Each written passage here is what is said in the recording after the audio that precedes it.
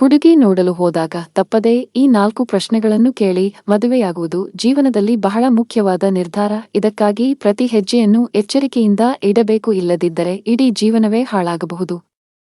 ನೀವು ಮದುವೆಯ ಯೋಜನೆಗಳನ್ನು ಮಾಡುವಾಗ ನೀವು ಖಂಡಿತವಾಗಿಯೂ ಹುಡುಗಿಯ ಮನೆಗೆ ಅವಳನ್ನು ನೋಡಲು ಹೋಗುತ್ತೀರಿ ಮತ್ತು ನಿಮ್ಮೊಂದಿಗೆ ಪೋಷಕರು ಮತ್ತು ಹತ್ತಿರದ ಸಂಬಂಧಿಕರು ಇರುತ್ತಾರೆ.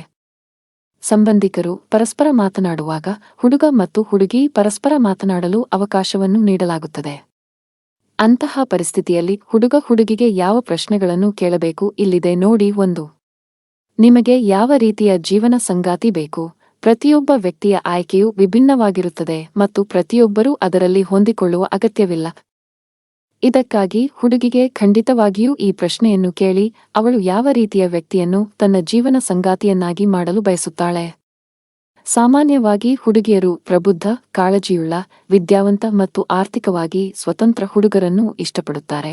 ಕೆಲವೊಮ್ಮೆ ಸರಳ ವ್ಯಕ್ತಿ ಅವರ ಆಯ್ಕೆಯಾಗಿದೆ. ಅವರ ಇಷ್ಟ ಕಷ್ಟಗಳನ್ನು ನೀವು ತಿಳಿದುಕೊಂಡರೆ ನೀವು ಅವರಿಗೆ ಸರಿಯಾದ ಸಂಗಾತಿಯಾಗಬಹುದೇ ಅಥವಾ ಇಲ್ಲವೇ ಎಂಬುದು ಅರ್ಥವಾಗುತ್ತದೆ. 2. ಹವ್ಯಾಸಗಳು ಯಾವುವು?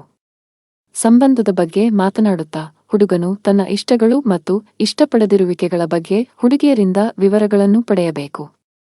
ಉದಾಹರಣೆಗೆ, ಅವರ ಹವ್ಯಾಸಗಳು ಯಾವುವು?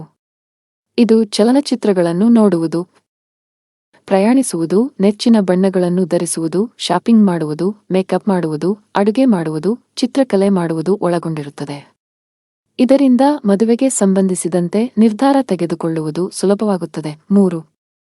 ವೆಜ್ ಅಥವಾ ನಾನ್ ವೆಜ್? ಅದು ಹುಡುಗನಾಗಿರಲಿ ಅಥವಾ ಹುಡುಗಿಯಾಗಿರಲಿ, ನಿಮ್ಮ ಭವಿಷ್ಯದ ಜೀವನ ಸಂಗಾತಿಗೆ ನೀವು ಈ ಪ್ರಶ್ನೆಯನ್ನು ಕೇಳಬೇಕು. ಅವರು ಸಸ್ಯಾಹಾರಿ ಅಥವಾ ಮಾಂಸಾಹಾರಿಯೇ?